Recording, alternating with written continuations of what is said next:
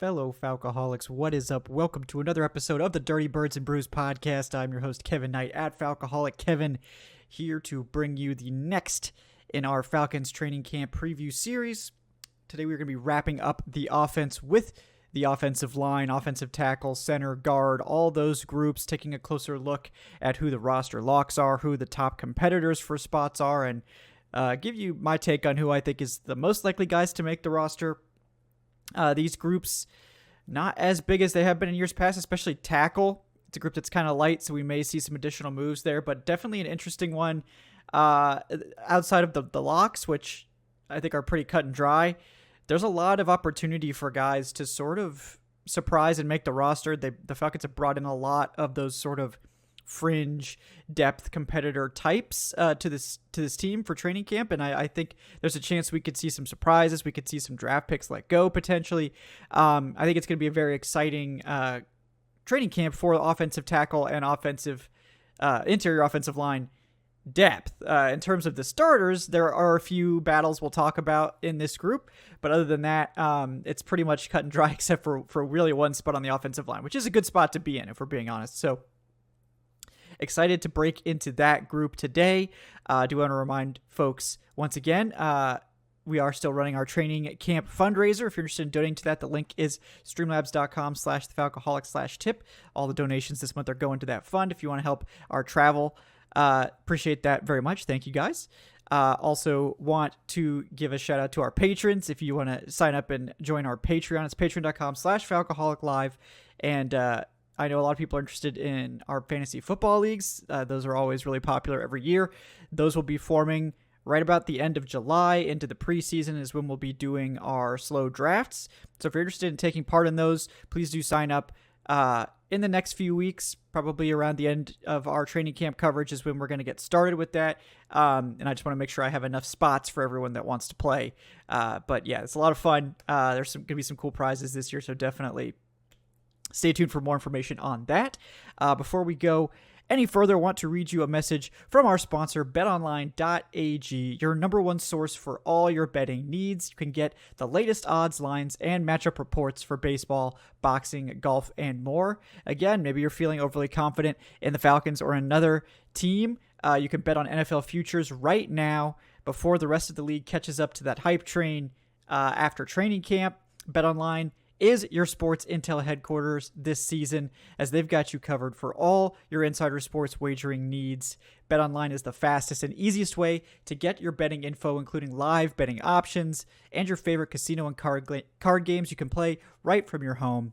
So head to the website today or use your mobile device to get in on the action. Be sure to use our promo code. That's BLEAV, BLEAV. You can also see it written over here, right, guys, in the corner. You could use that code BLEAV to receive your 50% welcome bonus on your first deposit. Bet online, where the game starts. All right, guys, let's dive right in to these offensive line previews.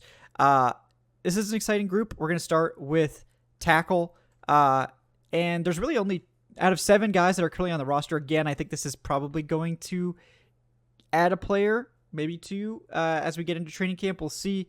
But as of right now, I've got 2 roster locks in this group. The first, and they're obvious, right? They're 2 guys the Falcons are paying a ton of money to. And obviously the first one is Jake Matthews, who's the starting left tackle and has been basically ever since he was drafted back in 2014.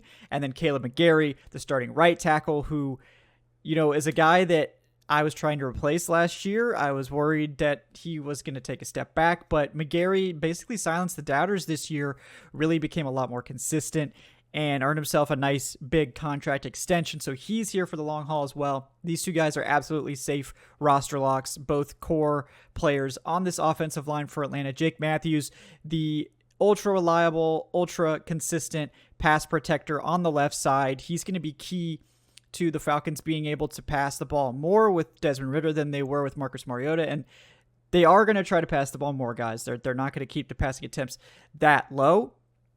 But I do think this is still going to be a run-heavy team. But I think it's going to get probably 55-45 pass to run this year and not be actually more rushing attempts than passing attempts. But a big part of that is, can the offensive line hold up in pass protection? And I think with Jake Matthews at left tackle, he's a big help there, obviously. He's been one of the most consistent players on this offensive line since he was drafted. So great player to have on your left side.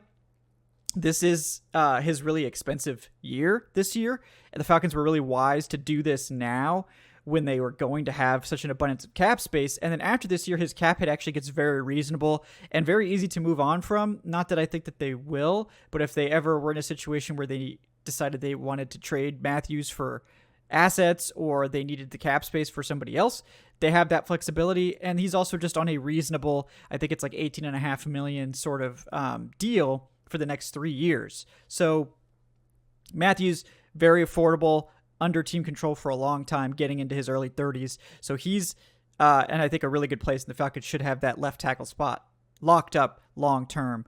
At right tackle, Caleb McGarry, like I said, a guy that, I was not on Caleb McGarry Island like Aaron Freeman was. So Aaron Freeman, that condo on McGarry Island's looking a lot better these days. McGarry ended up taking a contract that I thought was below his market value. I don't know how Fontenot got him to agree to that, but look, good for him, right? It's not like it's a tiny amount of money, but $11.5 million was a lot less than I expected Caleb McGarry to take. And if you look around the league at some of the other tackles that I would have put in his range, like Jawan Taylor, for example, who got over, I think, 20, it's no competition. This is a complete bargain signing for Terry Fontenot, getting McGarry back in here for 3 more years.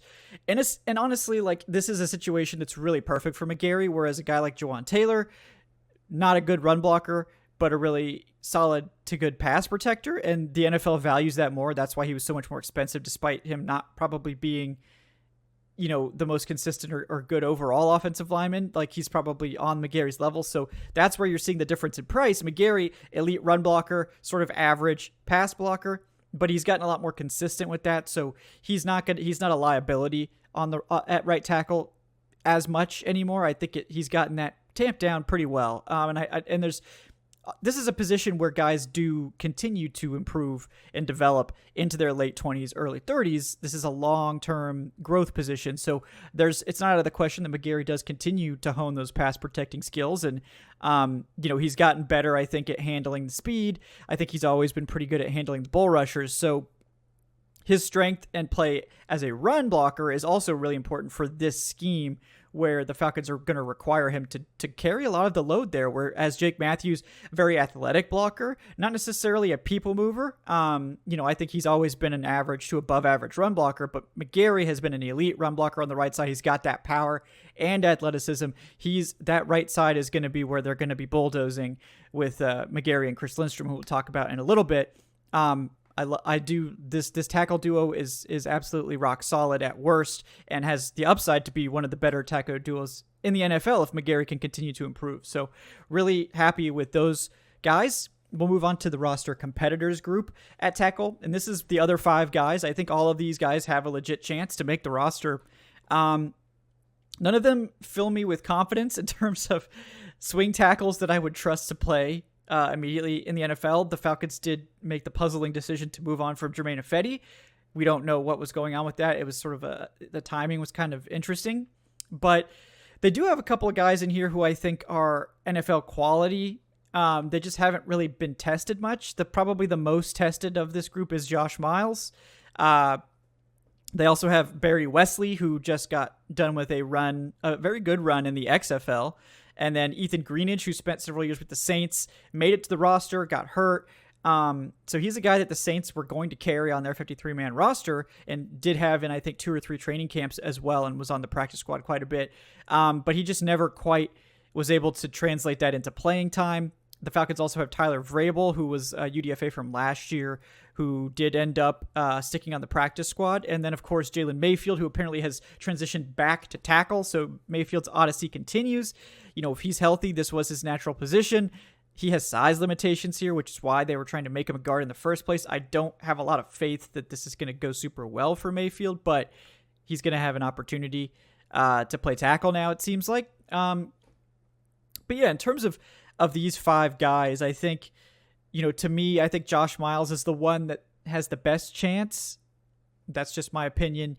I He's played quite a bit. I think he's been a solid starter when called upon. So, I think he's probably the most reliable swing tackle option. I believe he can play guard as well, so that's always a boost.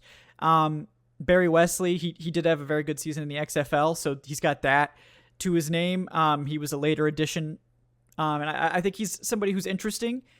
Again, I haven't watched these guys a ton, just haven't been grinding that practice squad tape, guys. My bad. But I do think the top three, like Josh Miles, Barry Wesley, and Ethan Greenidge, all have pretty good chances to be the swing tackle. I just don't know which one is going to emerge. The team does like Tyler Vrabel. They've kept him around, so he could be someone that they turn to as well. But again, size limitations, that's what sort of kept him from being drafted as a tackle. I assumed they were going to convert him to guard, but they've kept him a tackle in the similar situation to Jalen Mayfield now, where these are guys that probably should be playing guard at the NFL level, but are still playing tackle. So again, Jalen Mayfield, he lost his entire season last year, and now he's a third-round pick with really bad tape from his rookie season, which, again, not entirely his fault, obviously. Got really thrown to the wolves there, got thrown all over the lineup in training camp in his rookie season, and then forced to start at a position he'd never played, and barely played in the preseason either. So I don't want to throw Mayfield under the bus for that coaching mishap. That was just a bad situation from all sides involved.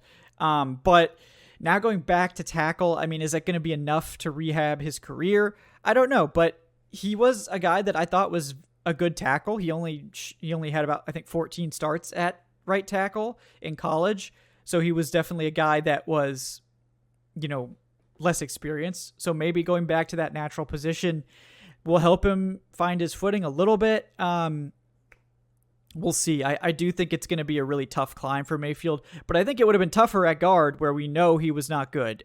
So getting another chance at tackle, maybe he can stick as a bottom of the roster guy. Maybe he can make it back to the practice squad. I don't know. Teams typically don't like to move on from these day two guys after only 2 or 3 years, right? But it's a really tough hill for him to climb to make it back to the roster at this point. Even going back to his natural position, I think it's a tall order. So, tackle to me, I like the starters a lot. The depth is not encouraging. So I do wonder if this is a spot where we'll see a veteran signing for swing tackle before we get into the end of preseason, depending on how these guys look. Maybe Josh Miles or Wesley or whoever come out in the preseason and look great.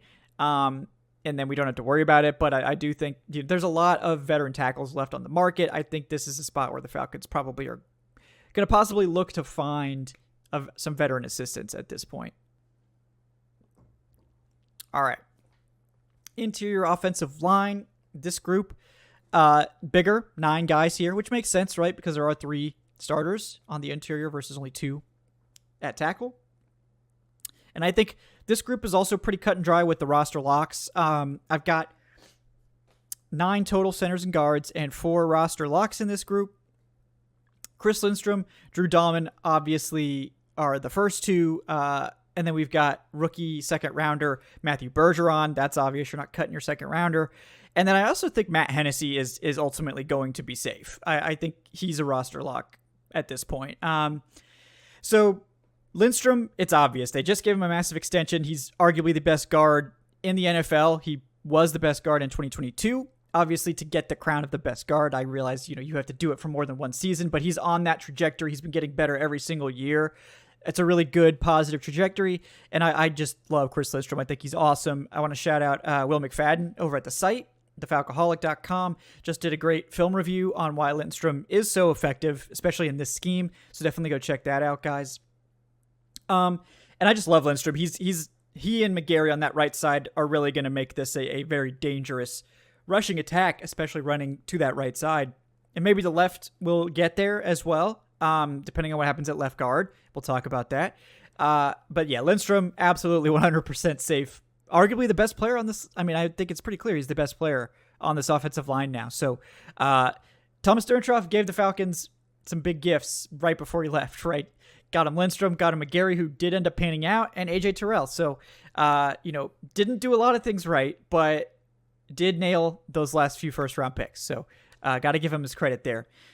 Drew Dahlman, as well. He seems to have absolutely taken control of center. There's not really a competition. The Falcons had an opportunity to add the best center in the draft and John Michael Schmitz, and they passed and decided to go with Bergeron, who we're going to talk about next. So they have a lot of faith in Dahlman. I was kind of surprised that they didn't look to upgrade that spot.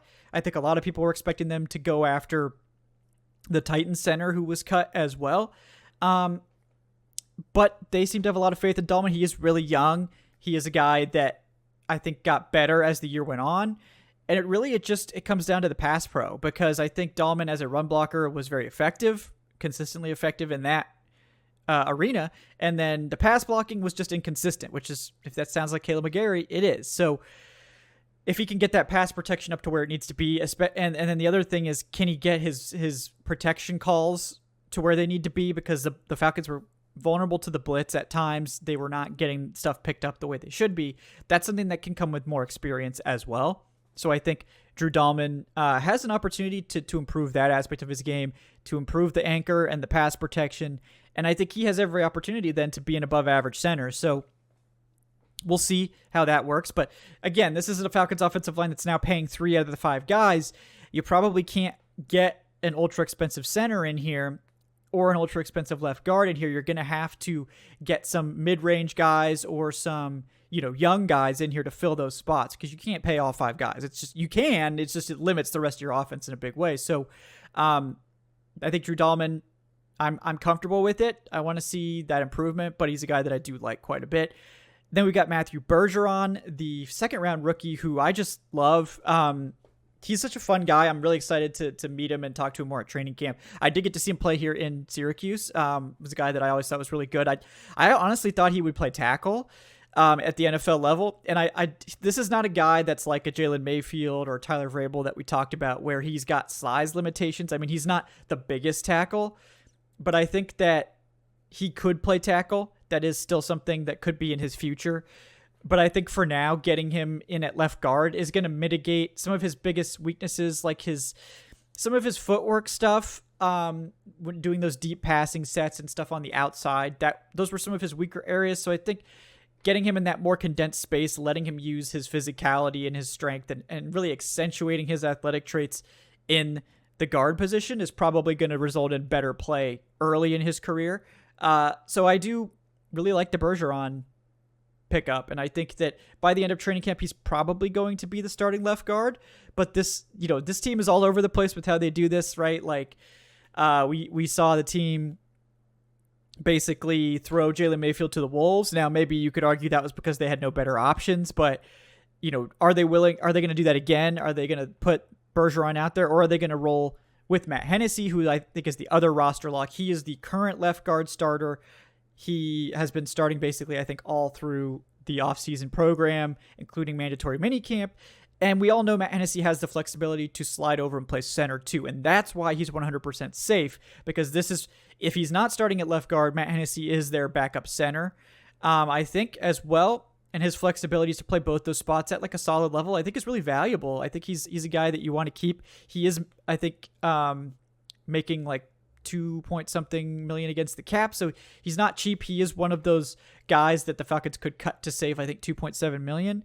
I don't think Hennessy is going to be, the savings is not worth it. The Falcons have plenty of money still. I think that Hennessy is safe, and I think he's one of those guys that if he's not a starter, he's going to be active every single week, because he's that primary interior backup. And I do like Hennessy. I think he showed a lot of improvement at guard last year when he did have to play. And if he did start the year at guard, I wouldn't be upset. I think he would have earned it in a battle with Bergeron. And, I am expecting Bergeron to overtake him, just because I think Bergeron's a lot more talented, but especially as a run blocker. But we'll see what happens. It depends on how quickly Bergeron takes to guard, because it's a position he hasn't played before. So it's nice to have that insurance for the guard position when you've got a guy that is transitioning. Bergeron at the Senior Bowl did a great job playing guard for 20, 30 snaps or whatever, but that's different than going and doing it at the NFL. So at least they're letting Bergeron do it for an entire training camp, unlike Jalen Mayfield. I hope that they've learned their lesson there. So last, thing we're going to talk about, the roster competitors at center and guard. That's the remaining 5 guys that we've got here. And I'll just run these down. So Ryan Newsel, the newsflash, Jovan Gwynn, the 7th round pick from this year, Justin Schaefer, last year's 6th round pick, Kyle Hinton, who the team picked up extremely early after he was, I think, waived maybe by the Vikings, if I remember correctly, as like a futures contract guy. And then Jonathan Harrison, longtime veteran center, who's sort of stuck around on the practice squad for a long time.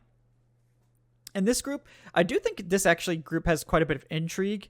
Now, this is going to be a tough spot to, one of these guys is probably making the roster, right? But I think all of them have a legitimate chance. So it really just depends on what the Falcons are looking for. You know, Ryan Newsel and Jovan Gwynn are both playing center. We know Newsel can play guard, and we know Jovan Gwynn can also play guard. Gwynn does have size limitations, which is why they've converted him to center. So he's being a pure center. I mean, maybe they still view him as like a swing guard type of guy. He certainly didn't have trouble playing guard in college, but at the NFL level, that those size issues get amplified a lot. Ryan Newsel is a guy I've always really liked. I do think he's probably the favorite right now. He's a guy that has sort of just stuck around. He's just managed to continue to stick on the practice squad. He's even been on the roster at times. I think Newsel, is once again going to get an opportunity to make this roster as the backup center, as another swing interior guy. So, I think Newsel's probably the favorite. I think Jovan Gwynn is absolutely in the mix as well. Then we have last year's 6th round pick, Justin Schaefer, who didn't ever make it onto the roster, was a practice squad guy. He's going to also have a strong opportunity. Kyle Hinton is a guy that the coaching staff clearly likes because they scooped him up immediately after he was waived. He's played some in the NFL. So again, this is a guy that could have some skills. And then Jonathan Harrison, I don't think Jonathan Harrison is a serious contender for the roster. I do think he's a guy that could always just linger on the practice squad because of his experience. But I think his path has gotten a lot harder with them adding Jovan Gwynn to the mix, who's another center. So his road is probably the toughest of any of these guys to stick, either on the practice squad or the roster. But again, he's a guy that does have a lot of experience, and at center that is important. So this group I think is really interesting. I'm not like sold on how much I love any of these guys. I do really like Ryan Newsel, so he's still going to be the favorite for me. What are we going to get anything from Justin Schaefer? With Jalen Mayfield moving over to tackle, there's a little bit more opportunity here, but ultimately the Falcons are probably keeping like 9 offensive linemen, so that's the 5 starters, probably 2 tackle flexible backups and 2 interior backups. So they could have room for a pure center in that group, right? If they want to keep Gwynn or Newsel or Harrison, more than likely, like at least one of those guys is going to have guard flexibility. Matt Hennessy probably, right? Or Bergeron if he's not the starter. So there's maybe 2 spots, maybe 1 spot, depending on how many offensive linemen they want to keep, how many tackles they want to keep also. So this is a tough battle. And I think we're going to, we'll see if Gwynn can sort of make his way up the depth chart. I think Ryan Newsel right now is the second team center. So I think he's got the advantage at this point, but the team really does seem to like Gwynn. So we'll see. And then at guard, it's a bloodbath, right? Because you've got Bergeron added to that mix. Then you've got Justin Schaefer, Kyle Hinton there as well. It's going to be tough for these guys to crack that unit. We'll see who emerges from that group, but I do think there's some potential diamonds in the rough in this group. Ryan Newsel has already become one of those guys. And I think the preseason, again, it's sort of hard to evaluate offensive line play prior to games. It's just, it's not full contact most of the time. They're not, tackling full speed most of the time. It's just hard to evaluate run blocking, pass block. Sometimes you could see obvious pass blocking mess ups. You could see good reps, but these 2 groups in particular on the offensive line, it's probably going to take until the preseason for us to get a real clear picture, but more we can monitor who's getting rotated in and out, who's playing left, who's playing right, who's playing center, who's playing with the first team, who's playing with the second team, have guys moved up from the third team to the second team, and so on. That's what's going to tell us, I think, who's succeeding, like who's growing or who's rising up those ranks. Like if Newsel goes down a rank and Gwynn comes up, that's obviously a big deal, and so on and so forth. So that's what you should be watching for in camp. At tackle, the same thing. If there's guys that are on the third team that move up to the second team, guys that go down from the second team, guys that mix in with the first team, obviously that's a big deal too, because they're trying to get them some continuity, some knowledge of working with the starters. That's a guy they're obviously trying to help learn swing tackle. If guys are moving from left to right tackle, that's also something to watch, if you're trying to groom someone to be a swing tackle. So these are all important things to keep an eye on going into training camp. And I think these two, like I said, it's hard to evaluate these groups in camp sometimes, but I think there are things we can learn. And that, of course, the preseason has not been kind to the Falcons offensive line in the past. So I hope that with the improved depth, the improved starters, that this group will not be something that holds us back from enjoying the preseason, because we actually have like a good second team quarterback now. Like Desmond Ridder obviously was last year, so that was a pleasant surprise when we got to see him play.